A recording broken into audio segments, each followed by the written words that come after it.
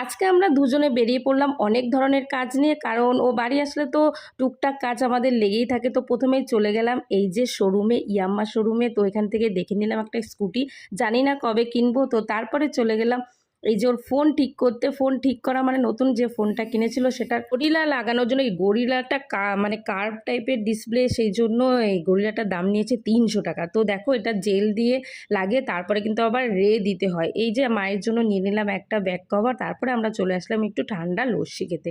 তো এতটা গরম পড়েছে, আমাদের ঘোরা মানে এরকমই টুকটাক কাজ ছাড়া। তো আজকে একটা বার্থডে আছে, সেই জন্য নিয়ে নিলাম কেক। এখানে পার্পল কালারের কেকটা নিয়েছিলাম।